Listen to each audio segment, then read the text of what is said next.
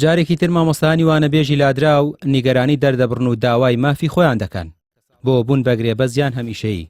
دوای چەندین کۆبنەوەی بێ ئاکام لەگەڵ وەزارەتی پەروەردە پێیان ڕاگەیەندراوە کە بە شێوازی لە جێدانان دەخرێنە سەرکار، بەڵام مامۆستایان ئەو پێشنیازە بە ناواقیعی دەزانن، چونکە دەڵێن هیچ مامۆستایەکی گرێبەز ئامادە نییە شوێنی خۆی بۆ ئەوان چۆڵ بکات.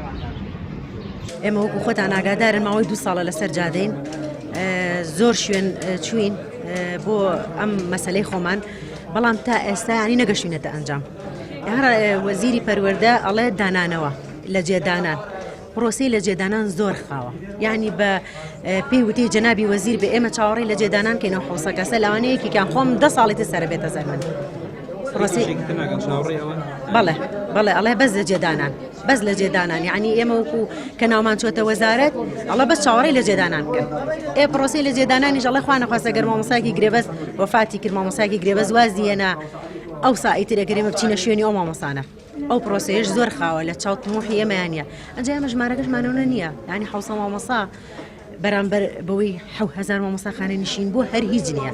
مامۆسامان هەبووە جیابەتەوە لە هاوسەرەکەی هەبووە کرێتی بووە، هەبووە یان تووشی چەندە نەخۆشی بووە بەخەمەوەندە خەفەت بخوا بگریە بۆ هۆی بارودۆخی سەختی ژیانی. کارەکەی هەر ئەوە بووە کە دانەمەزراوەیان هۆکاری؟ بەڵێ هۆکارەکەی ئەوە بووە کە توانیوێتی 200-300 هزار بۆی عیبینە بۆ هیچ نەبێ بژێوی خۆی یان لای منداڵەکانی پێدابین کردو. ئێستا لێ سندراوەتەوە خەم ئەخوا چونکە بە ئەمری وەزیر دانراوە، ئێستا معقول نییە کاتی گرێبەستەکە هەر بە فەرمانی وەزیر وەزارەت و پەروەردەکان لاچێ.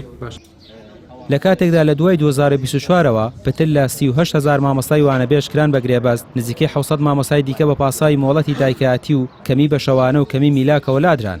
ئێستاش پەروەردە پاساوی نەبوونی داها دەهێنێتەوە بۆ نەخستنە سەرکاری ئەم مامۆستایانە.